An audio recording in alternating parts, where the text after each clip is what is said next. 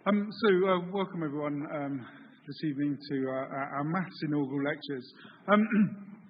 Somewhere lurking at the back of the audience is our new dean, Rachel Biron. So let's say welcome to Rachel. But for the next few months, I'm still the dean, so I get the pleasure of introducing the speakers, the inaugural lectures.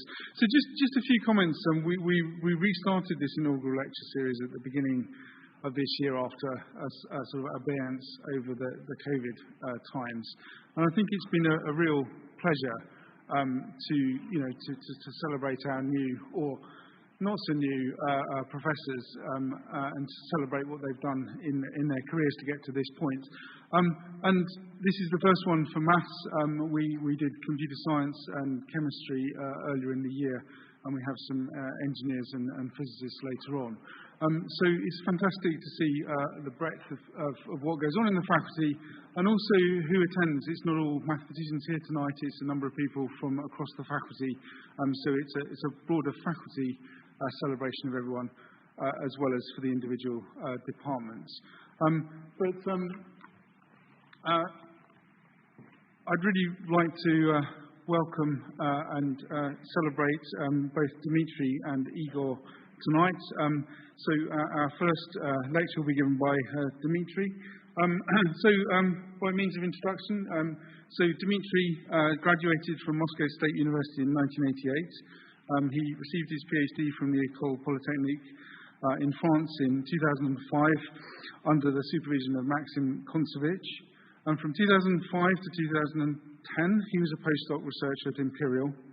And then in 2010, he saw the right side of the life in London and joined us here at King's College, initially as a Royal Society Research Fellow. He's promoted to a Senior Research Fellow in 2012, a Reader in 2015, and then Professor of Geometry in 2020. So 3 years later, it's time for the inaugural lecture. Dmitri's research area is geometry, mainly complex, symplectic and hyperbolic. In particular, he studies geometric structures called polyhedral Kähler structures, and as well definite connections, and I'm sure we'll hear a lot about that tonight. And one of the features of inaugural lectures is we ask our professors to talk a little bit about their personal journey and how they arrived at this point, so we hear something of their story that brought them here tonight. But let's welcome Dmitri to the stage. Thank you.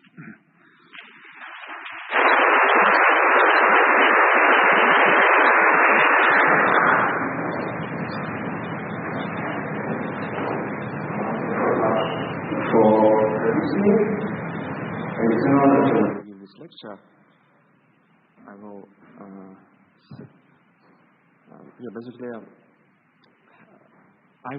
so I decided to make it quite personal. What do I do? So I will start with my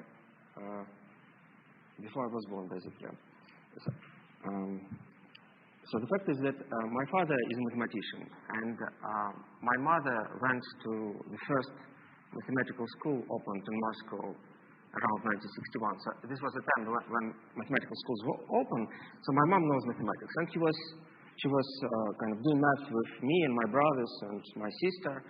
And so I remember one problem that she gave to me and my younger brother. It's a famous problem. So you see, you have, it's called von Neumann flight problem. So you have two steam engines. You have two steam engines, and they run towards each other with speed 10 kilometers per hour. And the distance between these two trains is 1 kilometer. And then there is a fly. You see this kind of scary fly that flies from one train to the other until it's crushed. So the question, how far will the fly travel before getting crushed? So when my mom gave me this problem later, I tried to solve it, practically could not. My younger brother solved it immediately. I was like kind of disappointed, but it's like his solution was correct, not like von Neumann's. But we can kind of try to think what is the answer. And then also I want to share with you like the first theorem which I really liked. So in school, I think I was 11, and we had a brilliant teacher, a very good teacher, and so she was teaching us geometry, and you see, so this is called inscribed angle theorem. I want to explain what it is. So you have a circle, you have 2 points, A and B, and then the claim is that this angle, so this is the center of the circle, is twice the angle ACB. And why it's really cool is that, you see, when you move this point on the circle, then you see the segment AB under the same angle. So I really love this theorem, and it was for its application. So first theorem in my life. And then there were a lot of alignments, you see, and really many of them. And so I think when I was maybe 12, I got a decent prize, which I was proud of. And so I came home and asked, Mom, so can I be called an accomplished mathematician now? So in reality, I asked not accomplished by this word, just one sec. In Russian it's escaping me. You will know. Maybe I will remember. Anyway, so it's a complicated word which I probably read in a book of my father. But she told me, no, of course not. Maybe you're dead. And then she told me that she had a lot of friends who were really good in Olympiads, but never became mathematicians. And so there were a lot of Olympiads. And the fact is that I forgot all the problems that I had there, except a couple. And I want to tell you one of them. So the problem is like this. Can you pave a 2-dimensional plane by polygons that have a modified symmetry? So if you try to think, if you replace this 5 by 4, then it's kind of super easy. You pave it by squares. But what about 5? So I tried to solve this problem. It was really nice, could not. And a classmate of mine, after the Olympiad, he told me, here's the solution. Surprisingly, we can. So you see, you have this regular 5-gon, and you cut out of it other regular 5-gons. So basically, you can pave the plane by these regular 5-gons and this type of cogs. So this guy, he didn't choose mathematics. He started to do theoretical physics, and then kind of got disappointed, and then became a software engineer. So in a way, my mom was right to some extent. But by the time when I was doing this Olympiad, I was already in this school 57. So this is was top mathematical school in Moscow, and we had a slogan there basically that we're doing science here, meaning calculus, algebra, glass theory, things like this. So kind of Olympiads were tolerated, but not really. So you were supposed to do real science. So in Russian, math is part of science. So by the end of the school, I was totally obsessed by mathematics, and I ran into my first existential problem. And it was like this. So problem was like this. So I was walking to Moscow State University. I was thinking, so if I learn that I will die in half a year, then will I be able then to solve an open problem in mathematics? So somehow I really wanted to solve a problem. And I knew that problems exist, and I wanted to solve it. And how to get a problem? Where from? So how did I solve this essential problem? It was like this. That you see, in the school 57 where I was, one of our teachers was really a brilliant mathematician. He even gave a talk at a congress in Beijing, 2002. So basically, it's a top talk for a mathematician. And my dad told me, why don't you ask him for a problem? And he gave me a problem. And in fact, this problem was a problem of his supervisor, the super famous mathematician Vladimir Arnold. So I will tell you the problem. So we consider a pseudo-periodic map from R3 to R2. So what does it mean, pseudo-periodic? This means a sum of a linear and periodic map. Yep.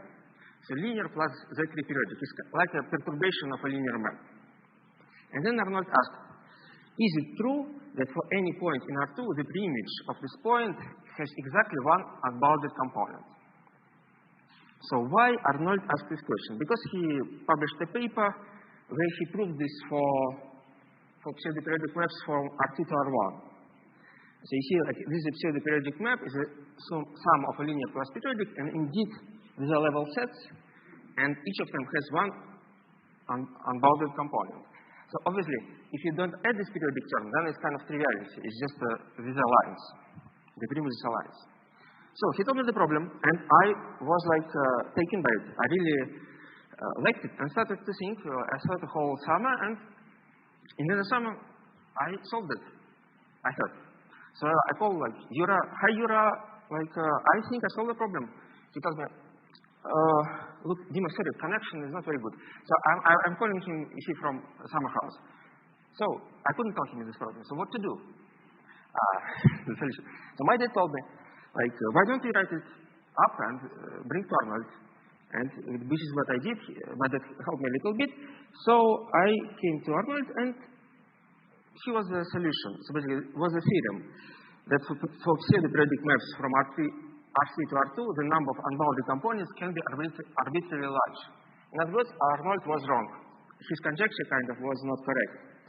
And then so he kind of became my mentor. And then there was a lot of time, so we were meeting like maybe when I was undergrad, we were meeting like twice a year. He would give me a problem, maybe I solve it. And he really kind of appreciated me. So he invited me to Paris when I was in undergrad in 1997. So I kind of was an invited professor. I had a huge salary, like 25,000 francs. I think, like, you know, if you take it for like inflation, I will never get it in my life.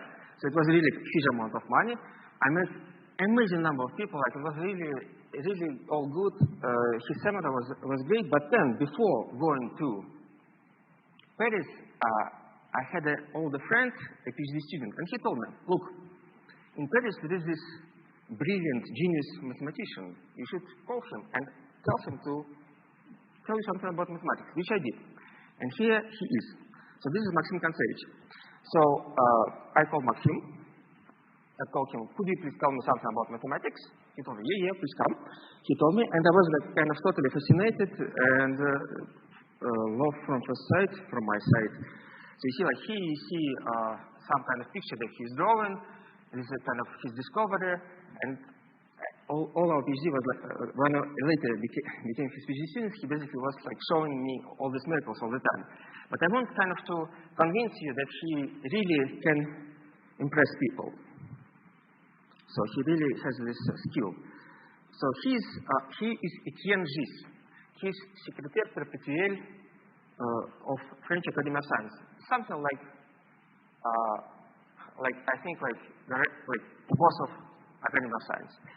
And so once Maxim and Etienne, they were sitting on some admin meeting. They were both academics. And Maxim gave to Etienne a ticket, train ticket. And he told him, like, look, here's the theorem. I will tell you what's the theorem.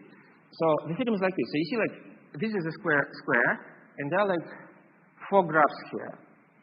4 graphs. So this is a graph of a function. This is red, green, blue. This is a graph of functions. And he told to Etienne, look, these graphs cannot be polynomials. Like, these are not graphs of polynomial functions. And so Etienne he got blown away totally. He like went home and started to write a book. And so he finished like a 300-page book, which is called Promenade Singulier. This is about the train ticket. So, and of course, like the big here is that not only Maxim knew this interesting fact, but also he knew to whom to tell it. Yeah. Because, like, I mean, not everyone will write a book if he's about like such a theorem. So you can try to prove this result. Just don't try second book because Etienne is really kind of really good in writing. Anyway, so I ended up doing PhD with Maxim, and sorry. There was only one disappointment in my trip to Paris that I realized that the Eiffel Tower was straight and not like they were telling me before.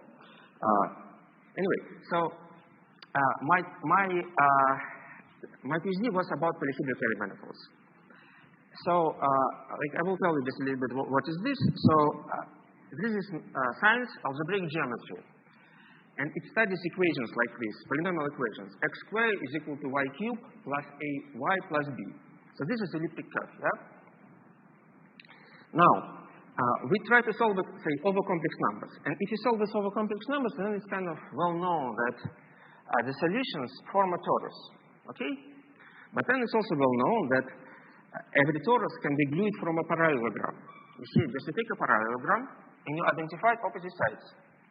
You get the torus. So the moral is that this parallelogram and this curve, they have same information. So while algebraic geometry is kind of trying to study these equations, polyhedral Kähler manifolds is the idea of generalizing the second kind of picture. So here's the definition. So definition of polyhedral Kähler manifolds.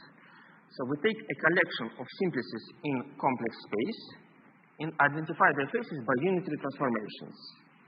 And here is the figure. You see, like, simplex is just, let's say, triangle, yeah? We have here 4 triangles, and then we glue them together by this identification, parallel translation and rotation.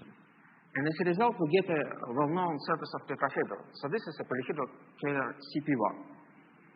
In fact, it has like 4 conical points. So basically, it has 4 points where the angle around the point is not 2 pi, but less than 2 pi. So this is the definition. But I just want to tell you how I came to it, because with Maxim it was like super interesting, amazing, but the problems were super hard, yeah? Like he compared some two-element conjectures. So basically, after 2 years, I realized that I kind of don't quite have a problem, and I have to find a problem. And the problem, how did I found it? So there was a postdoc there at EHS, Anton Petrunin, and he told me, look, there will be a beautiful conference in Turkey. Why don't you come? Because to this conference and to this, like, it's really nice to swim in the sea, things like this. So it's really beautiful. And at this conference, the most important talk of my life happened, because Anton, you see, he's like inspiring speaker. He gave a talk and he gave a problem. The following one. So can one build the complex projective plane CP2 from 4-dimensional simplices, so a little bit like we glue tetrahedron from triangles, so that the conical angle at all 2 faces are at most 2 pi. So just you should think like, you see here, this is CP1, and here conical angles at all points are less than 2 pi. So this was his question. But Anton, you see, he thought that the answer will be negative. Because if the answer would be positive, that would be too nice, he said. Because by theorem of Chigurh, CP2 will have a parallel to form, whatever it means. But for me, what does it mean? It means that if such a thing exists, then it will be polyhedral Kähler. And later on, Anton confessed to me that he kind of doesn't like complex numbers. I like them. So when I saw these things, I thought, oh, it's interesting. Maybe such an object exists. And indeed, it existed. So basically, I had this problem, and then Maxim helped me a lot to put it on the footing. And I want to tell you maybe the first kind of theorem in this topic. So this is Hirzebruch problem. So he's a famous German mathematician. He stated a problem in 1985. So it's a kind of problem which looks really very simple.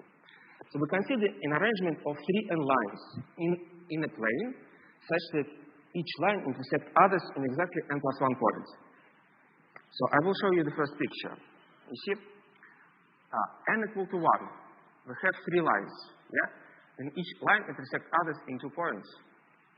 This is an example. N equal to 2. Again, we have 6 lines. 6, and each line intersects others in 3 points. N equal to 4. So here you might ask, what is this? Well, this is a line at infinity. And then n equal to 5.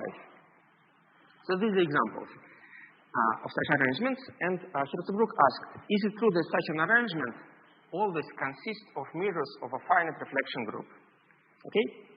So this was his question. And I just want to illustrate you that in this particular case, the answer is yes.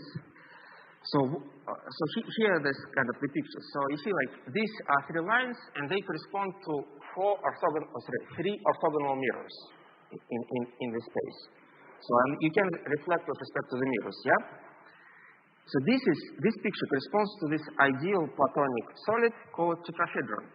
So the planes of symmetry of this tetrahedron are these 6 lines. This is cube, and this is the decahedron, okay? So at least in this example that Hirzebruch of course knew, the answer is positive. And the answer is positive also more generally. So here's the theorem which I proved, so it uses some result of materials, but I proved it in 2018. So Hirzebruch was right in the case when we consider collection of lines in RP2. Okay? So there exist indeed only these 4 arrangements, and that's it. And so the proof somehow, and here basically comes this geometrisation from my title and polyhedral geometrics. So basically the proof is a bit like this. You construct a metric on your projective space, which is polyhedral Kähler, as I explained to you, and which has singularities along these lines. And these are exactly so this metric kind of tells you the story of the arrangement. So this metric tells you the story of arrangement, and you kind of can, using this metric, understand that indeed there are only 3 examples. So this is for RP2. For CP2, it's still an open question. And as you see, it's not so easy to construct this kind of. You see, these polyhedral geometrics, they correspond to some pretty objects, like platonic solids. So in a way, Anton was kind of also right. It's very hard to get them. So it's not something that is very typical. Great. And now I want to just give you one more theorem, which is about spherical surfaces. So as we saw, these elliptic curves, like this tori, they are constructed from Euclidean parallelograms. Yeah. So basically, you take a parallelogram and you identify opposite sides. So this is an elliptic curve. But now, if you are on mood set of polyhedral Kähler stuff, a very natural idea comes to you. What if instead of a parallelogram on the plane, you consider a parallelogram on a sphere? So what is this? So this is the following object. You take a sphere and you take a quadrilateral, such that opposite sides have same length, yeah? And you glue them together. So you get then a torus with one conical singularity. And so here's the theorem that I proved with my old collaborator Mandela and Gabriel Mandela and also Alexei Yeremenko. You want to understand all the spherical tori with one conical singularity, and then the claim is that the Euler characteristic of this space is equal to the number m squared divided by 12 minus m squared divided by 12. And now I want to rewrite it. M squared times zeta function of -1. So this is kind of a new result. And why do I rewrite it like this? Because it is a famous theorem of Fourier-Zagier, which tells you that if you take the Euler characteristic of the model space of genus G curves, then it's equal to zeta function of 1 minus 2G. And this was somehow so this theorem was the beginning of a lot of activities like Witten conjectures, Kontsevich theorems, so enumerated geometry. So of course I hope that this theorem as well will be beginning of something. So I'm coming to my last slide, and this slide was really easy because on 7th of September I received an email from a collaborator of mine, and he's an email. I slightly kind of made it smaller. So this is kind of collaborator with whom I wrote the largest amount of papers. Hello, Dima. I'm at the Simons Foundation, and some of the art here brought back memories of writing our papers. Exclamation point. Here's the attached photo. So here's the photo. And what is on this photo? If you haven't seen it, so this is 120 cell. So this is like platonic solid, but in dimension 4. And so Joel gave second most important talk in my life. So this is why I want to tell you what was this talk. And this was when I was I was a postdoc at Imperial, and it was a really great time. There was a lot of strong people there, and it was this junior geometry, which now everywhere we have junior geometry, but then there was only one in London. So basically, there was the following observation. So Joel said, consider the matrix equation in SO4. So we take SO4, orthogonal matrix is 4 by 4, and consider the equation a squared is equal to -1. Kind of very easy. And then observation. The solutions of this equation, they form a union of two two-dimensional spheres. For me, it was kind of striking because, like, you have a four-dimensional space, and somehow two spheres hidden there. How can they be hidden there? Like, but they are. And this is called like twister stuff. So we sat like for 5 years with Joel and came to the following conclusion. We connected this equation to this Platonic solid. So what you should do, you should kind of, it's like a recipe, a cookbook. You take this Platonic solid, you embed it in hyperbolic four-dimensional space, identify opposite sides like you would do for parallelogram, quotient by central symmetry, then thicken by these spheres, and what you get as a result, non-algebraic Calabi-Yau manifold. So I think I will stop here, and I would like to thank my family. I would like to thank all my collaborators for sharing the journey with me, and also I would like to thank our department for like being so friendly and helpful. Thank you.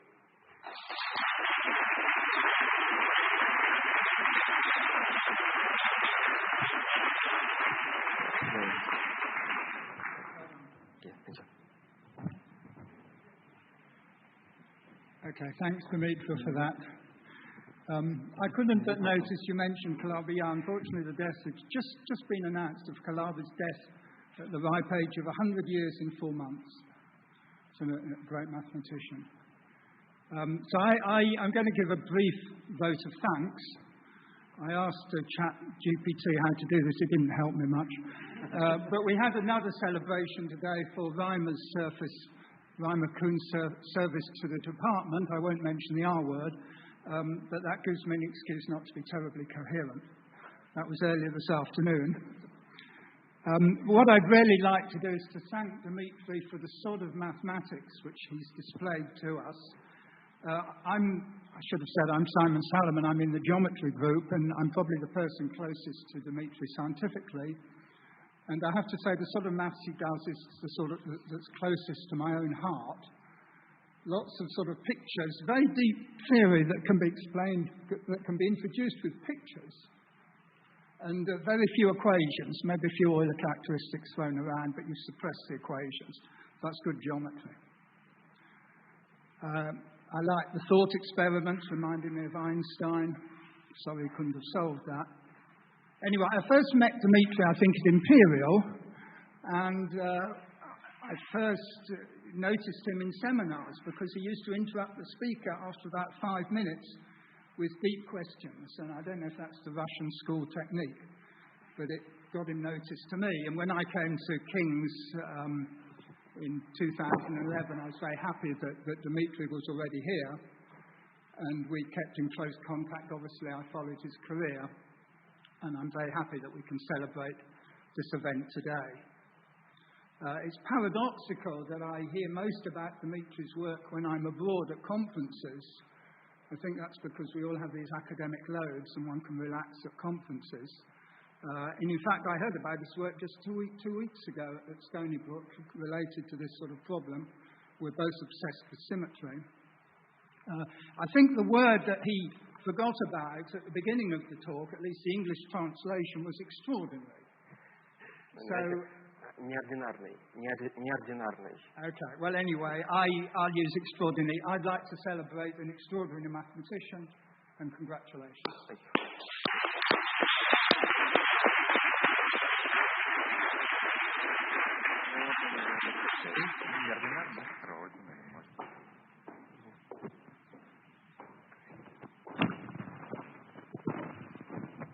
Okay, so let me also echo my thanks to Dmitri for a great talk. So now I'd like to move on to introduce Igor Wigman.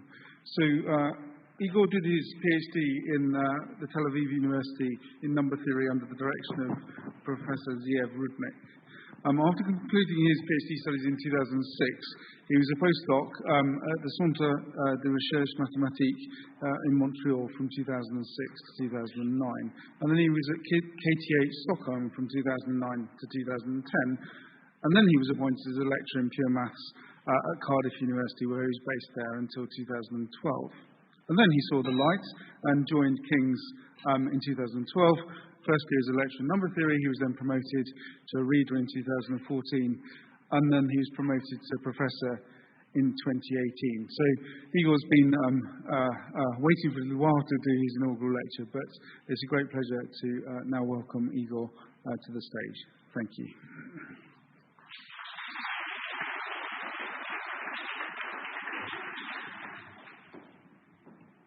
Thanks very much, Mark, for this kind of introduction. And thanks very much to the faculty for organizing such a wonderful event. This is a great honor and a great present for me. So thanks very much.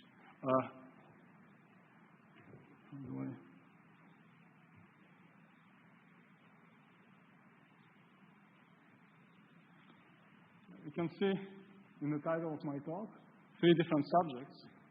And I'm going to start with the most ancient out of those 3, that is music.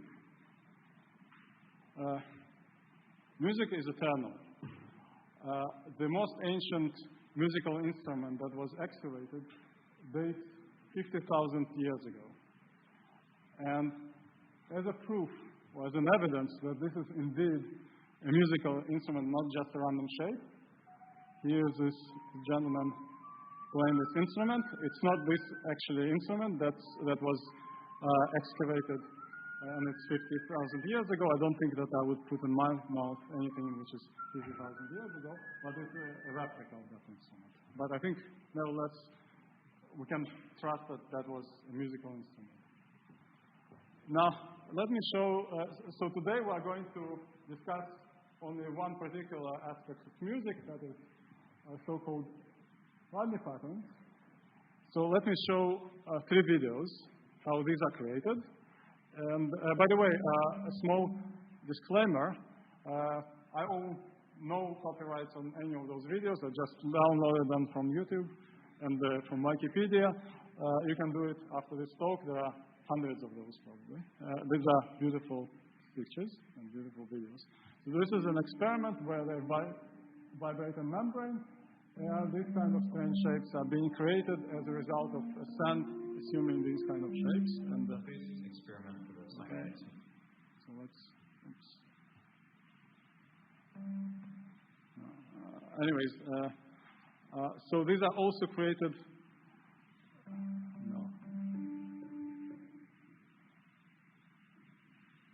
By voice. No, I cannot.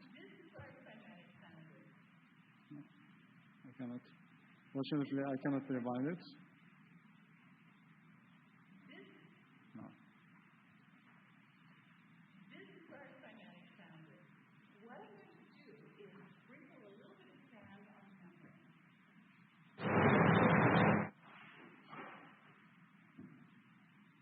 And this person is going to create sound from voice. You're going to hear me sing into the tube and put a little bit of pressure on the membrane here. You'll hear me sliding my voice around to find the right frequencies at which the sand will move and vibrate. So here we go.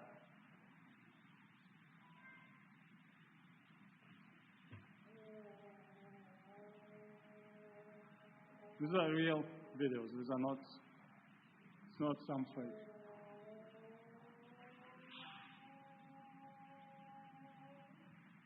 Okay, so let's move to the next video. This is the same idea, how 2 different Chladni patterns emerge one from the other, transform one from the other, from different frequencies.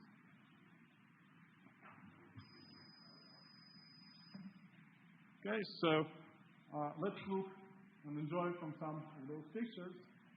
In general, in the musical industry, before releasing a musical instrument to sale, they check the Chladni patterns of this instrument, and if they don't look nice, they mollify the instrument and then hold it off until it looks good. So these are some pictures of this time. And you can enjoy. Now, some brief history of Chladni patterns. It was not discovered by Chladni. Actually, before Chladni, it existed in 17th century. Already in Royal Society, it was presented by Robert Hooke, and previously by Galileo Galilei. But this is the original picture of Chladni, and he perfected this.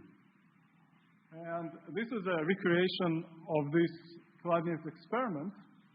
So basically what we are going to do, we are going to play on this membrane with a violin bow, and it's going to assume some shapes.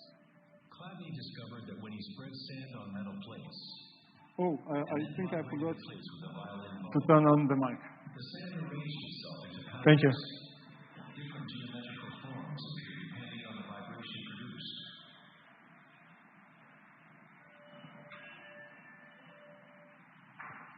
Okay, and these are some pictures from, this is the cover of the book of Chladni called Discoveries on the Theory of Sound. And these are some pictures from inside that book. Some more brief history and what is the physical model for,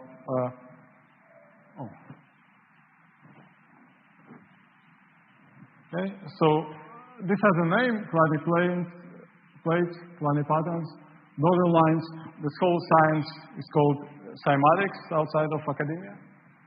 And Napoleon was so much impressed that he awarded 6,000 francs to Chladni and 3,000 francs for anybody that would come up with an explanation. 3,000 francs is not, so it was much more than the 20,000 francs of Dmitri. It is comparable maybe to £1 million or something at that time. So if 25,000 francs is a huge amount, imagine that. Now, Sophie Germain came up with an explanation. This explanation was not accepted at first. And when it was finally accepted, she refused to accept the prize. And the model is that these are zeros of certain functions solving certain partial differential equations that depend on the shape that is on the musical instrument. Now let's look at the vibration. We're going to divide the time into small infinitesimal pieces of time where we assume that the sound is constant. And in that situation, the vibration is periodic, and it's for every point x on the membrane, at time t, we record the amplitude, how high this point is. We are going to follow the trace of this point, the path of this point. And this is the function a of x and t. This is the amplitude of point x on the membrane at time t. So in this model, there is a separation of variable. It's some function phi of x times g. This is the function of time. And we observe that if at some point phi of x, this function vanishes, then the corresponding a of x of t, it doesn't matter what we multiply it, it is still going to vanish. So the points where phi vanishes, these are points where this instrument is stable.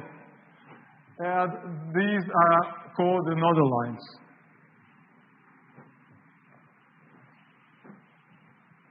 We're going to study nodal lines. So I just briefly mentioned that these are the zeros of certain functions on the membrane. And they are modeled by random functions that satisfy a certain partial differential equation. Now, what are the most natural and the easiest random functions to come up with? Okay, so the most natural thing is we take a polynomial and choose randomly the coefficients. Okay, for example, we can take polynomial of degree 10, and choose the coefficients to be randomly either plus or minus 1. These are the easiest functions. Here I plotted a graph. By the way, these specific signs, I used Simon's strategy. I used ChatGPT. And this is what it gave it to me after some negotiation with ChatGPT. It didn't give it immediately. I had to insist. So this is a graph. It doesn't look so good. It doesn't have too many zeros. This is a one-dimensional analog. And it seems that something happens beyond point 1 and below minus 1, but maybe we just need to choose a high degree polynomial. So this is a degree 10 polynomial chosen by ChatGPT. And this is a graph of degree 40, also chosen by ChatGPT. And I only show it between minus 1.1 and 1.1. And still, this pattern of something happening at plus and minus 1, and not really much happening in between, is still persisting. So actually, this is the same between minus 1.1 and 1.1, apologies. And it doesn't show, even upon magnification, it doesn't show that anything interesting is happening. So for this model, this is a very special choice of functions, and we cannot represent every periodic function that lives there. It has very few zeros, and doesn't look very representative of the nodal patterns. It discriminates between points, because at plus and minus 1, something happens. But in other points, nothing special is happening. So all actions happens around plus and minus 1. And in particular, it is not a good model. But let's try something else. Instead of choosing polynomials, let's choose trigonometric polynomials. So what we are going to do is we are going to take cosines and sines and sum them up with random signs. So this is the graph of this function. It has quite a few zeros. It does look good, and it looks kind of representative of nodal patterns. And of course, we need to look at what happens at the zero axis. Okay, so let's take a higher degree polynomial. So first of all, we can observe that this picture is 2 pi periodic, which is not difficult to guess from the formula, because both cosine and sines are 2 pi periodic. So therefore, there is no point to present it between 0 and 4 pi. Let's present only one period between 0 and pi. Okay? And now let's increase the degree. So now this is degree 40, also one period between 0 and 2 pi. For degree 10, we have 12 zeros. For degree 40, we have 42 zeros. I counted. By the way, ChatGPT did not help me count the number of zeros. So here, the degree is the complexity of this trigonometric polynomial. And if we are thinking about the vibration frequency of the plate that we have seen in the very first slides, then we should think of the degree as the pitch of the voice, if you want, or the vibration frequency, which is the same thing. And the first question is, given the complexity or the degree of the polynomial, how many zeros would a typical trigonometric polynomial have? Now, these two examples are quite inspirational, because it suggests that we have a linear growth of the number of zeros in typical polynomials in the degree. Okay, so this is a guess. In general, we know from Fourier analysis that every function that is 2 pi periodic could be approximated by sufficiently high degree trigonometric polynomials, which is a good news for us. And since our plates are 2-dimensional, not 1-dimensional, we need to take 2-dimensional polynomials and not 1-dimensional polynomials. What is a 2-dimensional polynomial? A 2-dimensional trigonometric polynomial is the sum of cosines with frequency A times cosines with frequency D in the y-axis. Okay, we take sufficiently many of those. For example, we take some degree, say 10, and we take all the degrees in A and B so that the total sum is smaller or equal than the degree.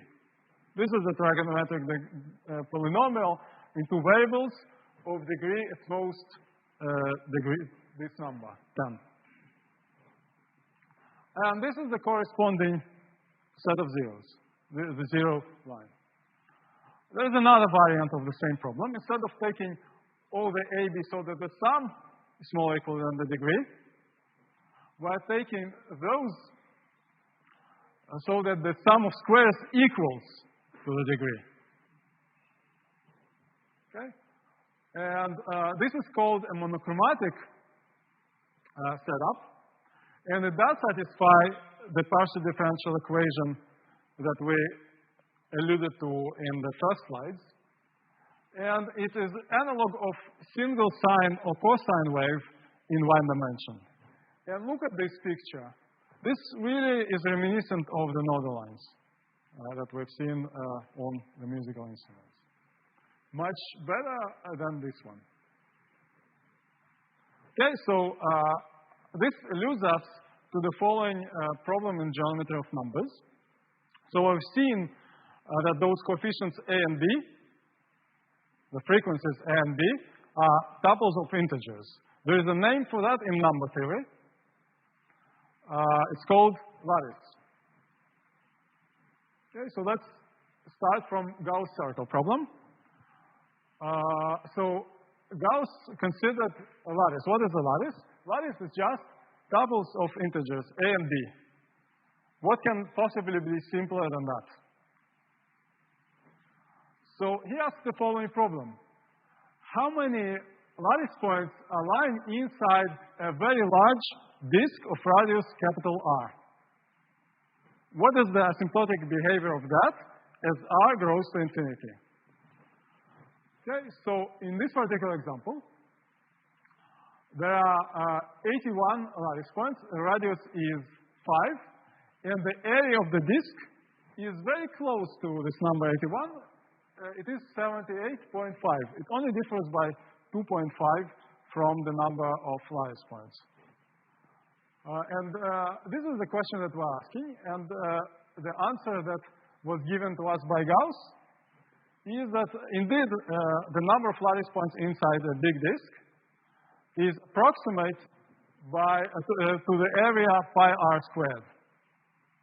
What does it mean that this is approximate pi r squared? It means that if we take this number of lattice points n of r and subtract pi r squared, then the difference is going to be of smaller order of magnitude than the number of points, which is asymptotic to r squared. Okay, so the next question is how small or how big this difference is going to be. And by Gauss, we know that this is by order of magnitude smaller than r squared. The conjecture, which is very much open, and this is one of the most important conjectures in number theory, is that the size is about square root of r. And this is an important question if we are taking as our random trigonometric polynomials sums of cosines with frequencies A and B, where A and B are lying inside a disk, which is the analogous thing to trigonometric polynomials in dimension 1. Now, let's go to a much finer question. If you remember the second variant of the random trigonometric polynomial problem was when lattice points satisfied a squared plus b squared equals to a given number.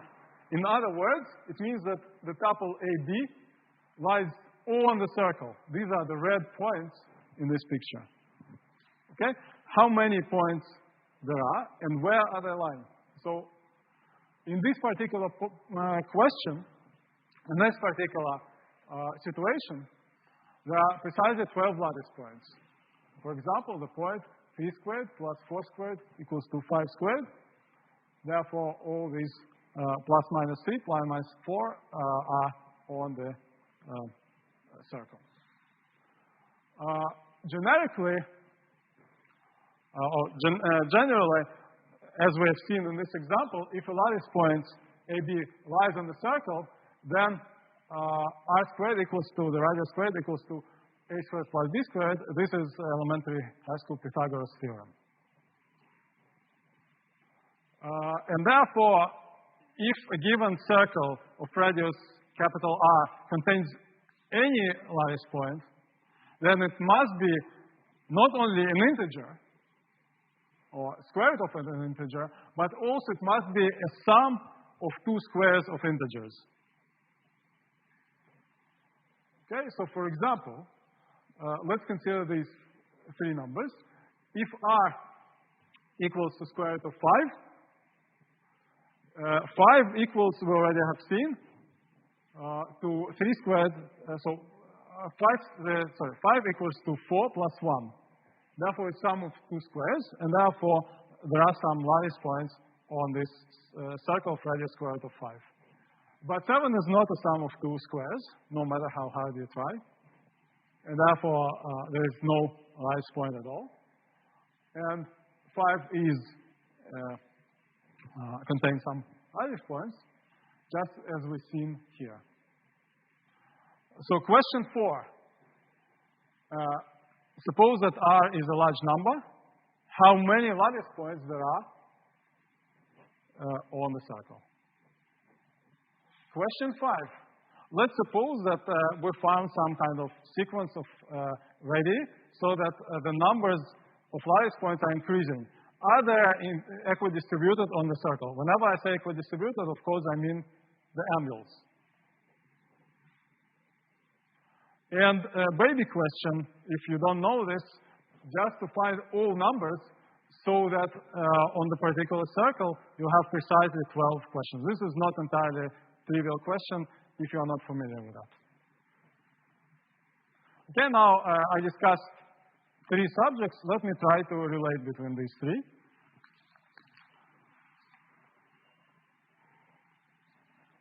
Okay, so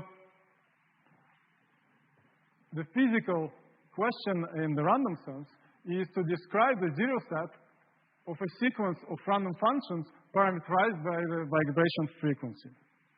In other words, we're taking, for every vibration frequency, we're taking corresponding random ensemble functions.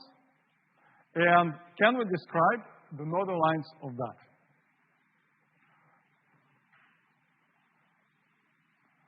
So we should think of frequency, as we already discussed, as the degree of the random trigonometric polynomial.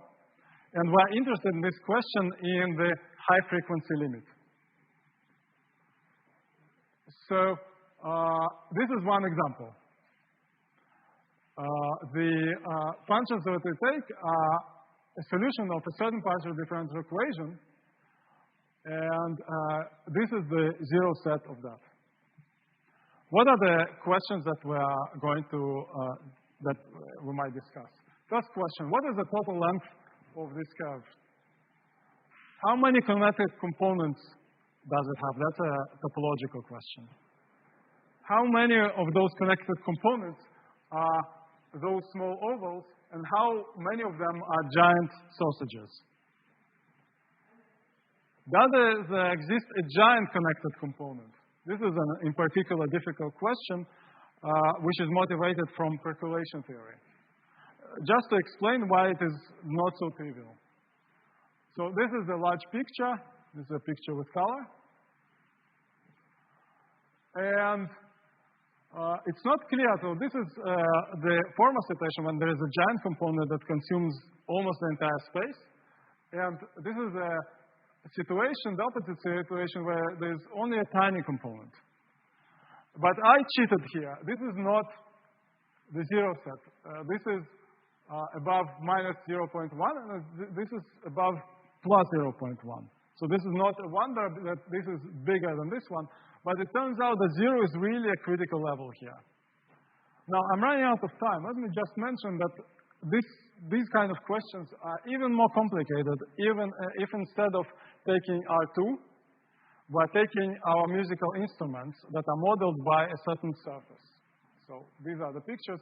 Here, what somebody did for us is separated the nodal line into the components. And this is something that we would like to do analytically. Now, this is the end of the academic part of my talk. Let me speak a little bit, if I have 5 minutes, about my journey in academia. I think I'm doing the opposite way of the previous speaker. Okay, so I'm not going to start before I was born. I'm going to start from my undergraduate degree. I received a double degree in mathematics and computer sciences in 1999. By default, I had my military service from 1999 until 2004. In between, I started and finished my master's degree. A MA degree in Israel is not analogous to the master's degree here. It does have some research component. Here's a graduation ceremony. Well, in fact, I think I'm confusing some pictures. It happened about the same time, but this is not a graduation ceremony. So during my military service, I started a PhD in number theory with advisor Rudnick, and I graduated in 2006. In between, I also worked in aerospace industry in Israel. Beyond PhD, I was a postdoc in Montreal, and I got interested in a problem in random functions that has very much to do with the subject that we discussed. And from the beginning until the full solution, there were more than 5 years. And I learned a lot from my mentors and from my collaborators and from books. Okay, I think I'm not going to discuss that. I got my ERC grant in 2014 that allowed me to build my own group that was discussing the subjects that were briefly mentioned. I supervised 5 postdocs, and also around the same time, I supervised 4 students about adjacent subjects. So let me just say I have 2 postulates, 2 axioms in the way I run my business. One is there is no authority in mathematics. I doubt everything I'm being told unless I'm being provided the proof, no matter how senior the person that is saying it. I ask a lot of questions in conferences and just, I chase up people until I finally understand. It's sometimes beneficial, sometimes it creates awkward situations, but sometimes it's beneficial. Let me give one example when it was beneficial. So I was in a conference in Poland, and we had an social afternoon. They were taken by buses, and they were taken to forests and various places. Among other things, it was a horse farm. And I casually asked our tour guide whether we are going to ride horses. Okay. So they gave me a special ride on horse. And if I wouldn't ask that, then I wouldn't have asked that, I wouldn't have gotten this ride. Okay, so I'm going to conclude 3 more slides. So my mentors, people that taught me everything I know and had a huge impact and influence, not only about mathematics, but also about how to run life in academia. First and foremost, Professor Rudnick, from whom I'm learned everything and who helped me with my initial steps. So in no particular order, Mikhail Sodin was almost, so in Israel there is no formal second supervisor, but nevertheless I think of Mikhail Sodin as my second supervisor. Per Kuhlberg, who is the gentleman to the left, is also a father figure to me, and so is Peter Sarnak. I'm very glad that, in particular in recent years, I have a lot of people inside the department to whom I don't only chit-chat in a corridor, but also can discuss mathematics. So for that, I thank the department and the faculty, who was extremely good in hiring good people.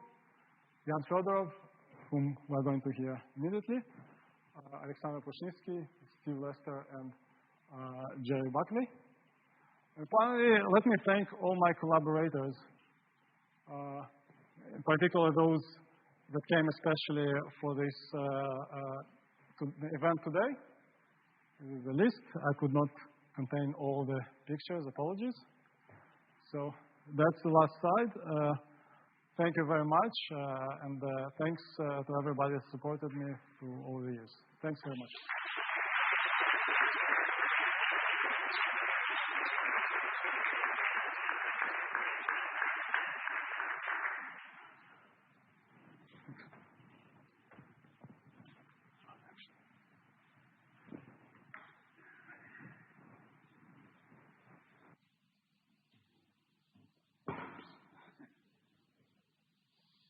Okay, hello everyone. Maybe you recognize me. You just seen my face on the previous slide. Thanks to Igor for this entertaining talk, which I hope that many people here enjoy. I think I deliberately decided, although Igor provided me with a copy of his talk today morning, I deliberately decided not to look through it and give my just fresh impressions on it. And I think I really learned a lot, what I did not expect here. And in fact, I think we can draw interesting lessons from this presentation. For example, I think the main and really serious lesson is how scientific discovery happens these days. We've seen all the stages. Let me just point to faculty of natural, mathematical, and engineering science. I think that we really witnessed here all these stages, starting with experimentalists who provided really observations of some beautiful patterns. Then maybe came more theoretically minded people, maybe not unlike myself, if we can compare flies with elephants, really, who try to give some maybe acceptable at some level, but not rigorous explanation of what is going on and provide some formulaic description.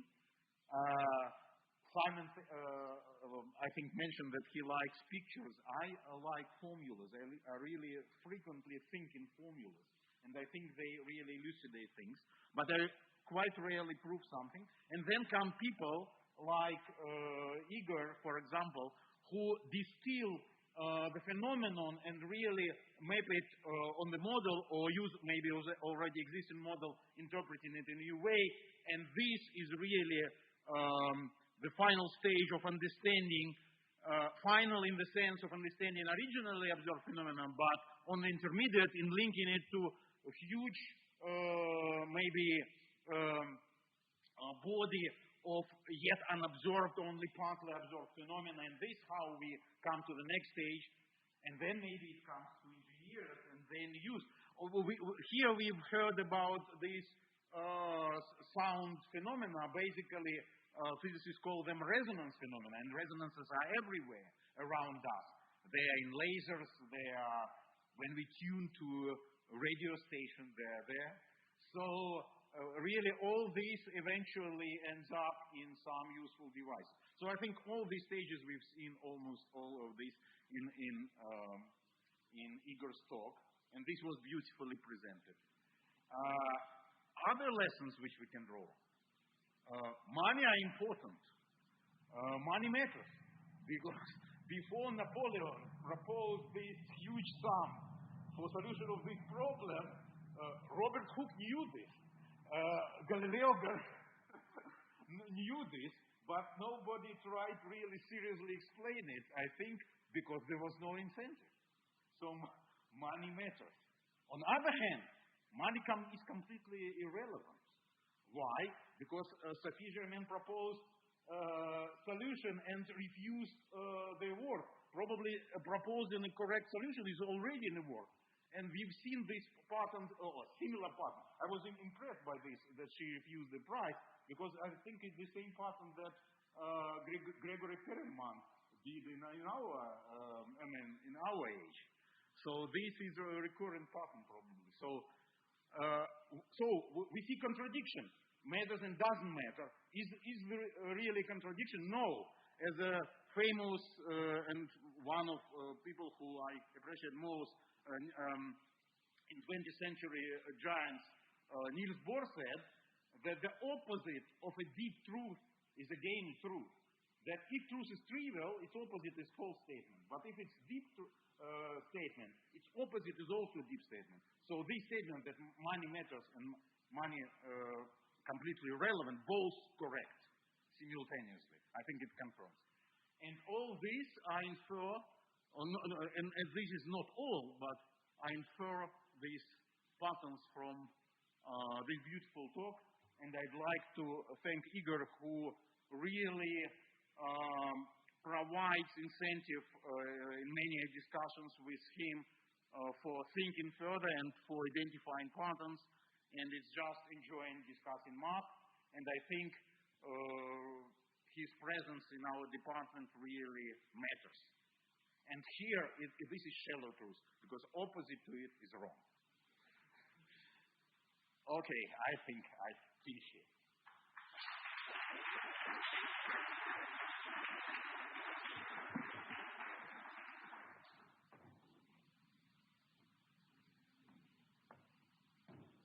Okay, thank you very much, Jan, and thanks to both speakers and both proposers of the vote of thanks. My job is really just to wrap up the meeting.